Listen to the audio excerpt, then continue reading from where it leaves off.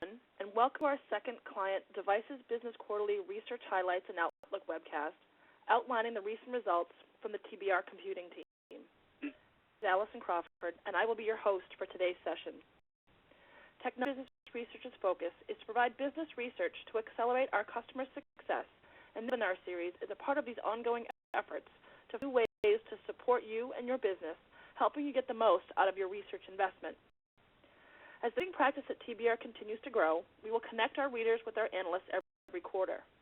Through this connect, TBR and our analysts will relate our company-centric research to overall devices trends, provide additional opinions and insight into the quarter's performance.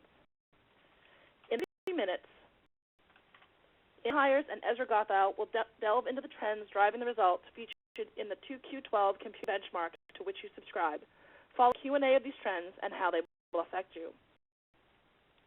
Over to Ken and Ezra, there are a few logistics I'd like to cover. First, we will be recording today's session and posting it on the TBR site on YouTube, TBR channel. We encourage you to visit our channel to watch this presentation or any of the others that we've posted. Second, we'd like to hear your opinions and thoughts on the materials we're presenting. Please send any questions or comments to the Q&A function or the chat function. We will meet at the end of the presentation. Or, if you'd like to set up a client inquiry for more detailed discussion, please reach either directly to Ken or Ezra at the end of the webinar with a CC to your account executive to set up that discussion.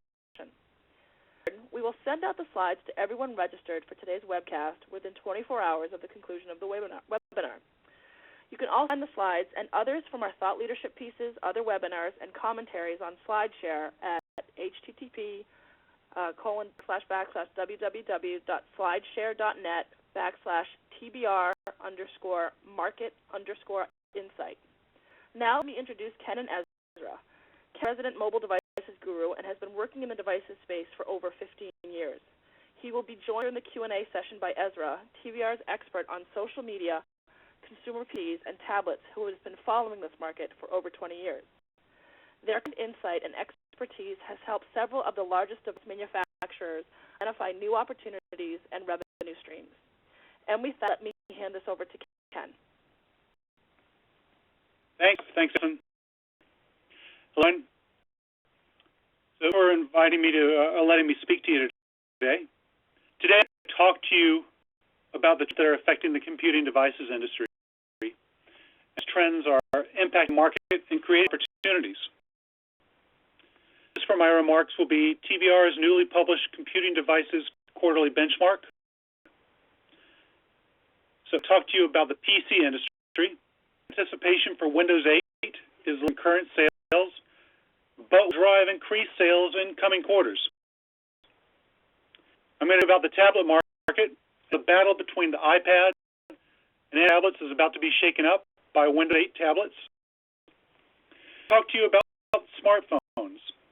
So far, the main news this year has been about the battle between Apple and Samsung for share and revenue. But beginning in the fourth quarter, it's going to be about whether Windows 8 handsets will change the playing field. As said, my name is Ken Hyers. I'm a senior analyst here at TBR's Computing Research Practice. My focus is on computing devices, primarily smartphones, and the services that are enabled over these devices. I work with a broad team that covers the entire spectrum of computing devices, from PCs to tablets and smartphones. And so to walk you through some highlights from our Computing Devices Benchmark, the second quarter of this year, and I'm going to discuss the implications of market trends for the second half of this year and in 2013. Previous quarter, PC book sales were flat year in 2Q as anticipation for Windows 8 builds. In overcome slowed consumer demand, several PC vendors were engaged in inventory clearance, and they've begun to heavily discount current products. Believes this trend continued in the third quarter. The Windows 8 in the quarter will begin to kickstart sales growth. However, I caution you, it's slow growth in the fourth quarter and into the first half of next year. It was the second half of 2013 that industry-wide PC sales begin to accelerate. Apple continued to dominate, and it controls nearly 70% of the global tablet market. Growth is coming primarily in the 7-inch space from devices such as the Google Nexus 7 from Ace and from Amazon's Kindle Fire 2 HD. Apple is expected to launch its own 7-inch tablet next week. Google is rumored to be planning a 10-inch Nexus, although it will be coming sometime next year, assuming the rumors are correct. Windows 8 tablets, led by Microsoft Surface tablet, and a host of others from PC vendors, will shake up the market beginning as soon as next week. But pricing for Windows 8 tablets remains a concern, particularly for Windows RT tablets. Remains the leader in revenue leader in smartphones, while it leads overall in smartphone sales. Struggling to remain relevant, hoping that Windows 8 smartphones will reverse its fortunes. But it has the most to win, while Nokia has the most to win, lose from Windows 8 for smartphones. And its success will depend on strong consumer interest in its new Lumia phones running this operating system from Microsoft. But question whether Nokia has enough cash to sustain it, while its interest in its new smartphones. Let's slide 4. We're going to start with PCs first. PC is sluggish. As the launch of Windows 8 is impeding PC sales and shipments are flat, revenue was down 0.7% year to year.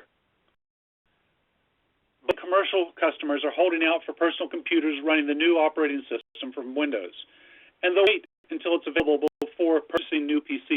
Use of Windows 8 had a double-edged result. Demand for the product release, yet they're also suppressing demand for computing devices running the current of Windows. Windows 8 will launch commercially on October 26th, so just a few days. And release versions have been available for several months for vendors, IT, and even some consumers. And that's built up anticipation for the software, which has generally positive reviews. PCs are focusing on inventory clearance in the run-up to the launch of Windows 8. In different markets, the primary near-term opportunity for the Windows OS, vendors are targeting emerging markets now with Windows 7 products. We believe that emerging markets represent a limited opportunity for Windows 8 products in the near term, but inventory clearing vendors continues to saturate the market with Windows 7 PCs. So recent quarter in 3Q, PC vendors were focusing on penetrating emerging PC markets such as India, Russia, and Latin America to offset weaker demand for premium priced products. And whereas in mature markets wait for the touchscreen form factors with Windows 8. At the same time, PC vendors are ramping up investment in sales and marketing initiatives to create consumer excitement around new models for the holiday fourth quarter. Negatively impact PC margins for 3Q, and while 8 will help excite adoption of new higher-priced devices with functionality in thinner, lighter form factors. Smaller businesses will be quick to adopt the latest PC models that benefit from Windows 8's improved touch experience. T believes that most enterprises will continue to adopt traditional PC form factors until Windows 8 matures throughout 2013. As a result, PCs will target commercial demand in the quarter of to help buoy the PC sales during the transition period to Windows 8. While new Ultrabook platforms were introduced in the early first quarter of this year at the Consumer Electronics Show in Las Vegas, few market by 2012. And that's pent up by the second quarter. And that's leaving pent-up demand for new form factors like Windows Yoga. Demand for the newer devices will carry into 4Q12. That's another result of Windows 8's imminent arrival. 5, please. Industry sluggish for the Windows platform. Vendors face a dilemma in how to approach the market. They rely on pricing, which will drive us down, or count products and take a hit on profitability. In recent quarters, both Dell and HP held the line on pricing and sales declined. Lenovo, for instance, struck a balance on profitable pricing and value. Other PC vendors were aggressive on pricing and made share gains. These stuck to the same strategies in both the second and the third quarter of the year.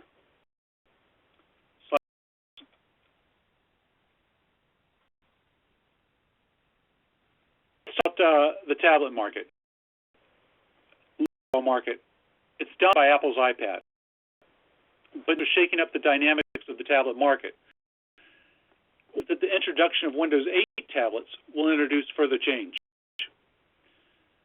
The ability with traditional business applications, such as Microsoft Office, has limited functionality and content creation capabilities, has slowed large-scale tablet purchases across most businesses. Instead, devices are trickling into the workplace as consumers bring their devices to work.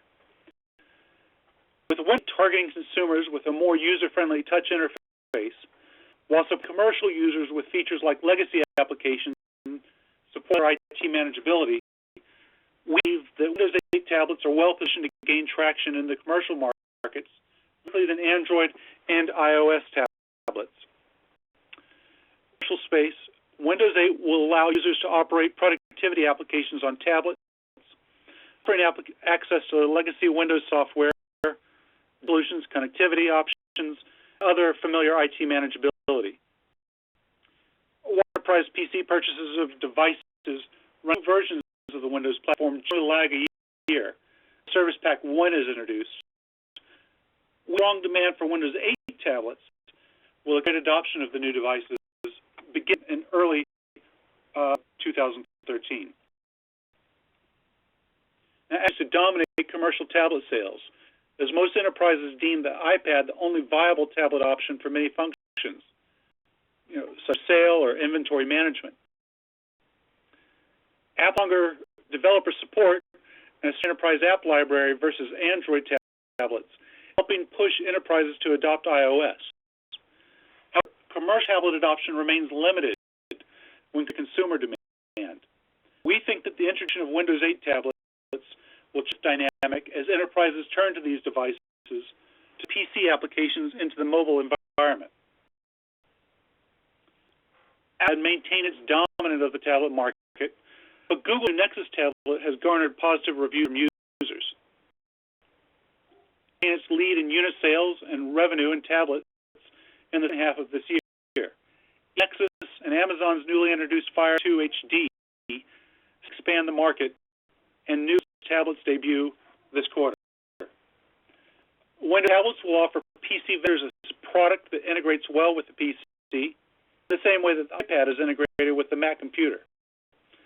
Extending the reach of PC vendors into the mobile computing space, Windows tablets will provide vendors with an opportunity to sell an integrated package that's going to allow users to more easily move data between an environment and a PC environment.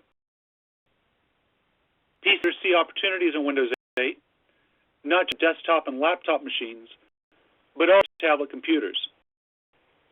Announcement that Windows 8 tablets will launch in the fourth quarter is driving investment from other OEMs in the space. Windows tablets will target both the consumer and enterprise market with ARM and x86-based devices. The use of two different processors is designed to allow OEMs to more effectively target specific customer segments. From a perspective, ARM Windows 8 tablets were to be competitive with Android tablets, but as we've been the weeks, that may not be the case. For Windows 8 experience, integrates secure and legacy application support, businesses have to pay a premium for x86 tablets, and thus function as full PC replacements. Versions of the Windows 8 tablet owners get to more effectively counter the iPad and Android tablets with distinctively different offerings. However, in our opinion, Windows 8 tablets are going to be less successful than Windows x86 tablets. So, 7. Sure, X there is red, but Apple maintains its dominance in tablets, while Android continues to increase its share. It offers an opportunity for other vendors to differentiate from Apple and reach enterprise customers looking for a tablet or even a PC alternative. The market is gelling, and Apple in the top tier and Android in the bottom, but really the commercial market is still undefined. PCs can leverage their brand strength to introduce tablet offerings, and while our market is driving growth for tablets, we believe that there's a largely untapped market for wide deployment of tablets in the enterprise. Certain vendors, such as Lenovo, are to meet that demand with Windows 8 products. Let's go to 8.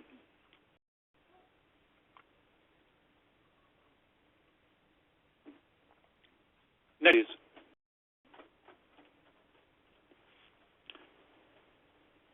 Sales are, as a proportion of total handset sales, continue to grow rapidly, but experiencing major profitability gains, even though smartphones typically demand higher margins than feature phones. Samsung has seen the number of smartphones it sells double in the last year, to multi-million in the second quarter. For feature phones it sells has fallen 22% in the same period to 40 million. Is one of the few vendors to have demonstrated success in driving higher margins and profitability from this shift. All vendors are following suit and device production from feature phones to smartphones, differentiating their offerings. To compete with Samsung and Apple, smart vendors must offer something different. Some offer an avenue towards differentiation.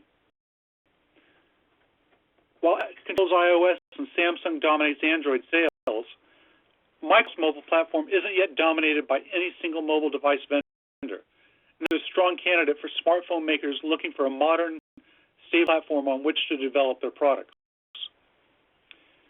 Either shift from low-margin feature phones to high-margin smartphones in a market, or reaping profitability as Samsung and Apple claim the majority of high-end customers. Success is due to the fact that its iPhone is the single most popular mobile phone in the history of the industry. That's allowed Apple to command high price premiums for its smartphones. Samsung's success comes because it targets all segments of the market and its desirable features with successful marketing to build demand for its products. TBR believes a relaunch of the Lumia line for the quarter is critical to show whether Nokia, in part with Microsoft, can recover from a multi-year slump in smartphone sales.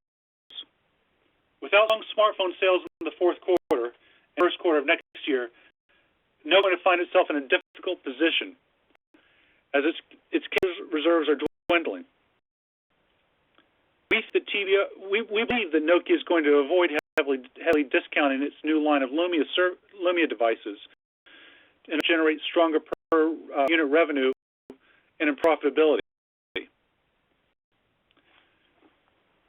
With the Lumia line for a little bit, the successful relaunch of it in the fourth quarter is critical to Nokia's future. But the demand for the phones is going to be slow in the face of the ongoing demand for the iPhone 5.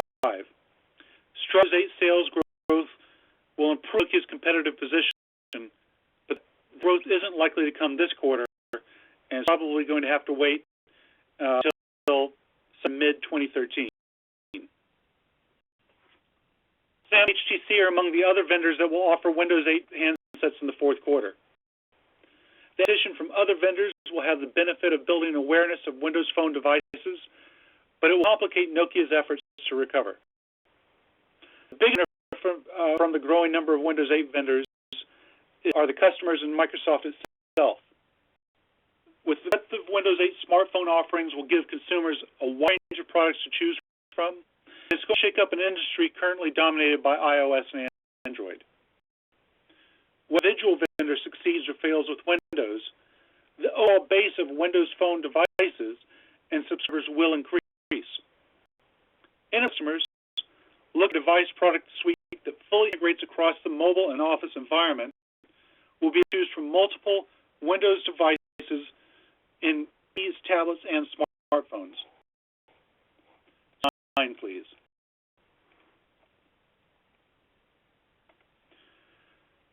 Despite production of Windows 8 for smartphones in the fourth quarter of the year, the quarter is going to be dominated by iPhone and Android smartphones. Nokia handsets across a wide range of price bands set to launch. Nokia strong growth for its smartphones in the quarter, likely to sell 1 million unit needs in order to move its profitability. Windows will gain traction throughout 2013 and may come into its own in the second half of the year as consumers become more comfortable with the platform and the application ecosystem for Windows 8 phones becomes richer. Slide, please. Slide. To conclude, I return to the points I brought up at the beginning of this presentation. Talk about the trends that are affecting the computing devices industry. About the PC industry and application for Windows is lowering current sales, but will begin to drive higher sales going forward. Stronger growth will come in the second half of 2013 as enterprise accelerates. We know the market. Now the battle between the iPad and Android tablets is about to be shaken up by Windows 8 tablets. Vendors can leverage brand strength to introduce tablet offerings. Windows 8 x86 tablets are poised to see through of innovative product design and will go to both consumer and enterprise market segments. Smartphones. So here it's primarily been a battle between Apple and Samsung for share and revenue. But it's going to be about how Windows 8 smartphones will change competitive dynamics of the market and create opportunities for vendors to reach market segments. And that's going to be the enterprise. All right, my name is Ken Hyers. I'm Analyst in TBR's Computing Group. Thank me an opportunity to speak with you. As I would like to take your questions. I'll open up the line to questions. That'd be great. A couple have come through, a couple on Nokia and one on Windows 8. Okay. You talk consumers waiting for Windows 8 before buying new PCs, but you say that sales will be slow for the next few quarters after the Windows launch. Why is that? Ezra. Main reason is because of commercial buyers. Consumers don't change their buying habits much of operating systems. They do, if they can defer it and there's a new one coming, they very well wait. And I think the adaptation of Windows 8 has been positive. So I'm seeing much shift in the consumer market. In the commercial market, we're going to see an evaluation cycle, and that could stretch out 2 or even 3 quarters for larger organizations that have to figure out how to integrate it into their organization. Ken, anything to that? No, I covered it well. Right. The next question we've had to come in was, you say that the Lumia smartphones will not gain traction quickly enough for Nokia before it runs out of money. How long and when do you think Nokia will run out of cash? Kind of a moving target right now. If you run Nokia's numbers for how much their cash burn was against their expenses, if those numbers in the second quarter, the point at which they ran out of cash was by the end of 2Q 2013. Has now embarked on a major cost-cutting exercise. It slashed jobs, it's sold and then rented back its headquarters, It's closed other offices, closed factories, and moved production overseas from out of Finland. It's done a whole host of things to save money. We just saw Nokia's 3Q earnings this morning, and we reran the numbers, and they actually have improved their cash position now, and it's like they could go into 2014. They should have no problem making it to 2014 at the current rates. However, there's now a large marketing campaign for Nokia products. As I said, that we're not going to see them discounting their phones. So what it means is that the expenses are going to rise again. So there's going to go back and forth, but Nokia's at least made necessary steps to extend its cash position so it can survive long enough, really build interest in its new line of smartphones.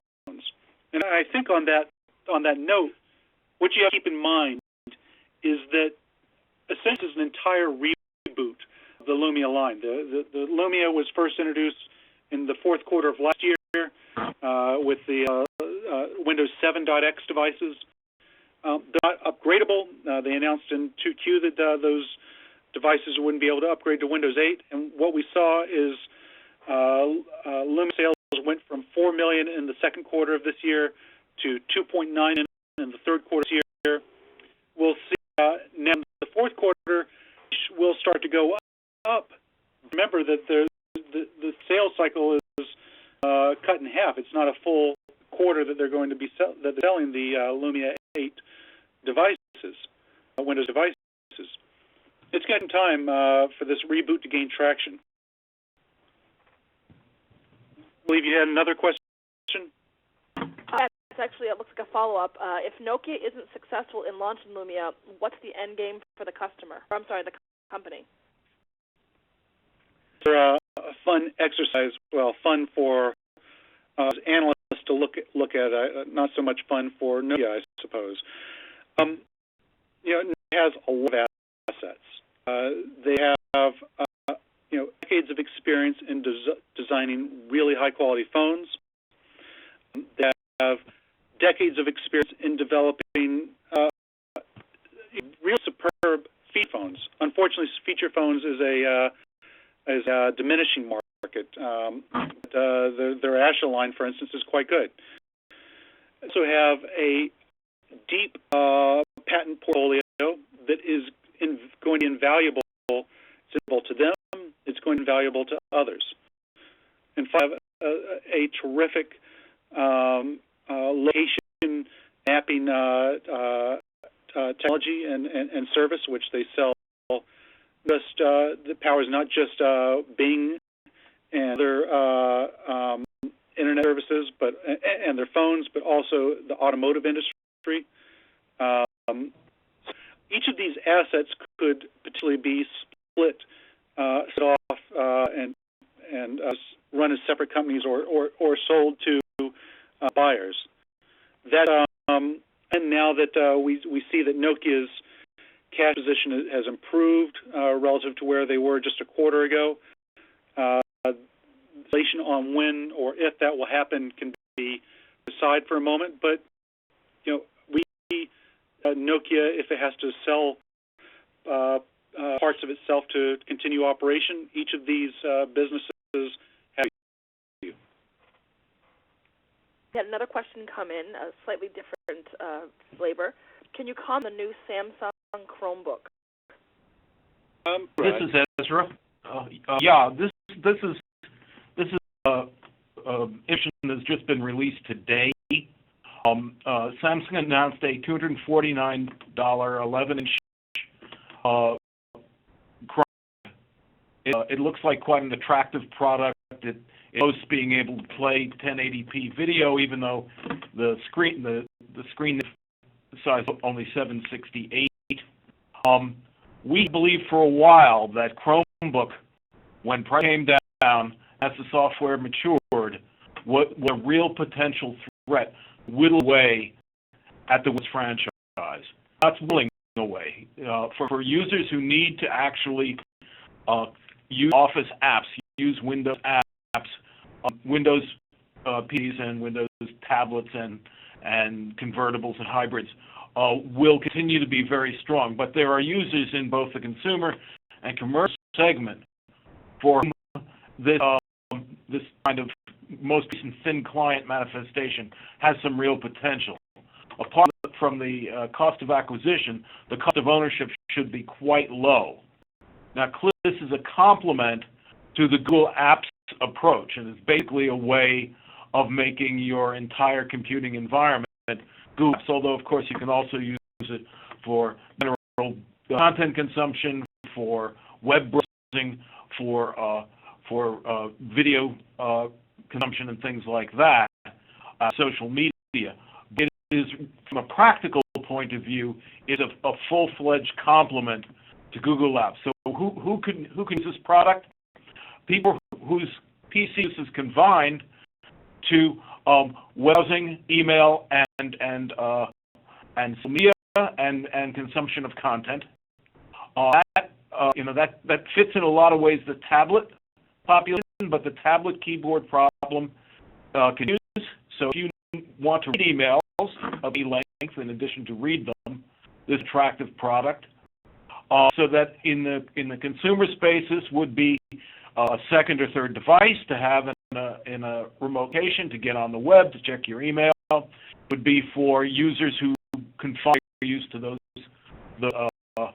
kinds of techniques.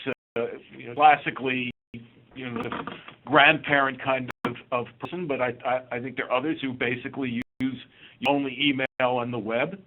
And then in the commercial space, can see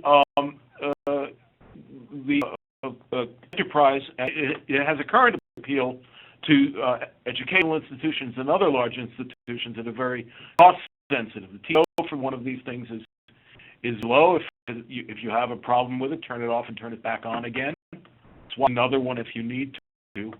I can also see a role in real commercial organizations in business where the IT department divides its users into those who actually need real software tools and who are largely just handling email and the like. Again, SEO argument is very strong there. So I think this is the beginning. Now the prices come down of a considerable long-term threat to Windows hegemony in PC business. And that was our last question that we had. So I'd like to thank you for the time and thank everyone for joining in and sending in your questions. We've enjoyed our action tremendously, and we look forward to continuing our dialogue with you over the next quarter. Before we sign off, I'd like to encourage you all to follow Ken and Ezra on Twitter for more up-to-date opinions and breaking news around the devices market. We'd like to invite you for an upcoming webinar on our data centers that is going to be next week. You can go to tbrevents.webex.com to register for that, or any of the other webinars that we'll be going to be presenting the next couple of weeks. Otherwise, we look forward to seeing you again next quarter. We're doing this every quarter, and thank you again, everyone. I'm going to leave the chat function open for another 5 minutes or so in case there's any last-minute questions, and we'll see you guys all again in a couple of months. Thanks. Thank you. Thank you. Bye-bye. Bye-bye.